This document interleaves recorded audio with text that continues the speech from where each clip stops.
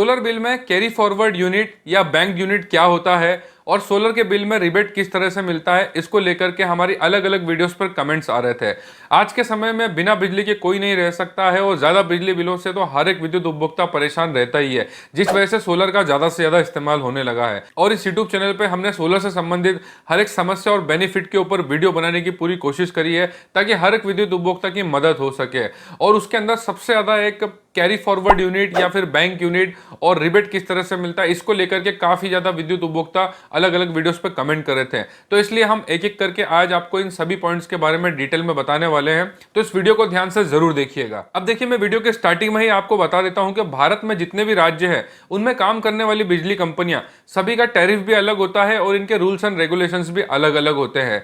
इसलिए carry forward हो या फिर बैंक यूनिट हो या फिर जो रिबेट मिलता है, ये सभी राज्यों में बिजली कंपनियों के ऊपर निर्भर करता है और ये सभी राज्यों में अलग अलग होता है। अब सबसे पहले हम बात करेंगे कैरी फॉरवर्ड यूनिट या बैंक यूनिट के बारे में। देखिए, जैसे कि आपका जो सोलर के अंदर नेट मीटर लगा होता है, आपने अपने सोलर के बिल में देखा होगा उसके अंदर इंपोर्ट और एक्सपोर्ट होता है। यदि आपके बिजली बिल में इंपोर्ट कम होता है और एक्सपोर्ट ज्यादा होता है, उदाहरण के लिए आपके यहाँ पर एक महीने में 300 यूनिट आपने इंपोर्ट करी और आपके सोलर सिस्टम ने यदि 400 यूनिट को एक्सपोर्ट किया, तो इस तरह से आपने 100 यूनिट ग्रिड में एक्सपोर्ट करी। तो बहुत से राज्यों में ऐसा होता है कि आपके बिजली बिल में वो एक्स्ट्रा 100 यूनिट जो है वो कैरी फॉरवर्ड यूनिट में दिखने लगती है। और कभी ऐसा होता है कि अगले महीने आपका इंपोर्ट ज्यादा हो गया और एक्सपोर्ट कम हो गया, तो उस कंडीशन में जो आपकी कैरी फॉरवर्ड यूनिट थी, जिसको बैंक यूनिट भी कहा जाता है, वो आपके अगले बिल में एडजस्ट हो जाती है। और बहुत से राज्यों में ऐसा होता है कि जितने भी एक्स्ट्रा यूनिट जो आप ग्रिड में एक्सपोर्ट करते हैं, वो हर महीने कैरी फॉरवर्ड के टेबल में ऐड होती रहती है, लेकिन नेक्स्ट मंथ में वो एडजस्ट नहीं होती है, उसे साल में एक बार ही एडजस्ट किया जाता है। और जिस तरह से फाइनेंशियल ईयर मार्च से अप्रैल का होता है,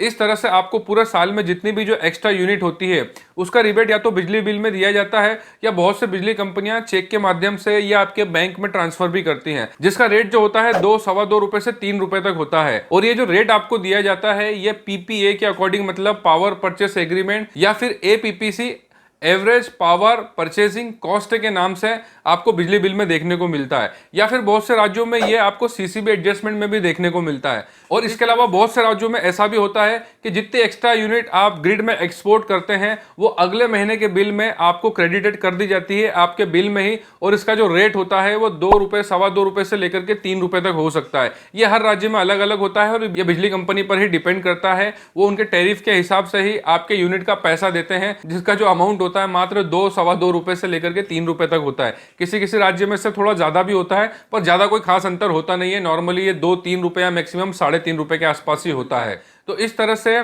कुछ राज्यों में आपकी जितनी भी एक्स्ट्रा यूनिट जो एक्सपोर्ट होती है, वो आपको कैरी फॉरवर्ड में या बैंक यूनिट के नाम से देखने को मिलती है।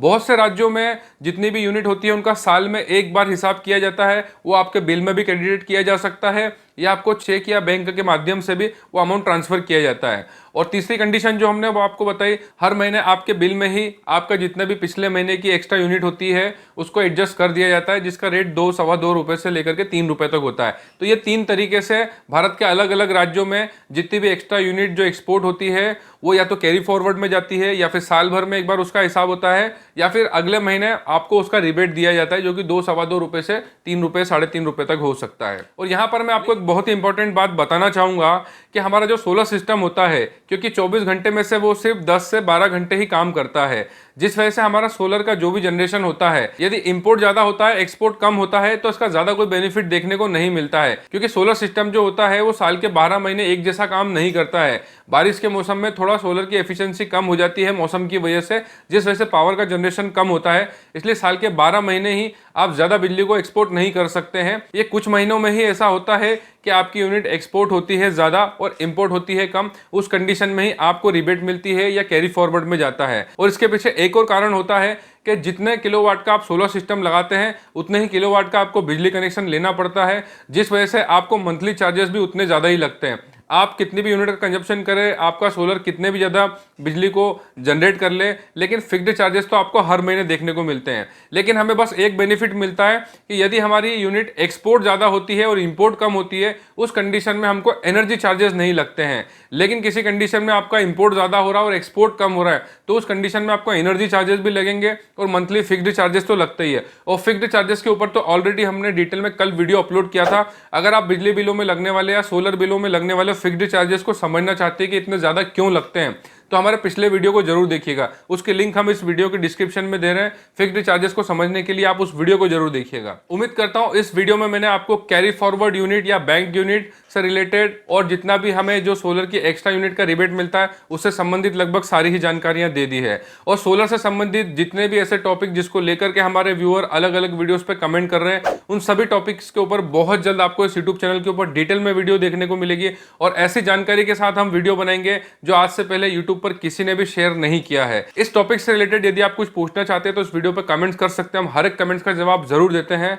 और यदि आप पर्सनली हमसे बात करना चाहते हैं तो आप कॉल कंसल्टेशन बुक कर सकते हैं, जिसकी लिंक हमारी हर वीडियो के डिस्क्रिप्शन में होती है, जिसके बाद हमारे ही द्वारा कॉल किया जाता है। और वैसे भी आप हमारी किसी भी वीडियो पर कमेंट्स कीजिए, हम हर एक कमेंट का जवाब तो वैसे भी देते ही हैं। और विद्युत उपभोक्ता की जागृति और संरक्षण के लिए हमारे यूट्यूब चैनल की वीडियो को ज्यादा से ज्यादा शेयर कीजिए, क्योंकि जब तक एक विद्युत उपभोक्ता जागरूक नहीं होगा, बिजली विभाग उन्हें इस तरह से लूटता रहेगा। वीडियो देखने के लिए बहुत बहुत धन्यवाद। जय हिंद, वंदे मातरम।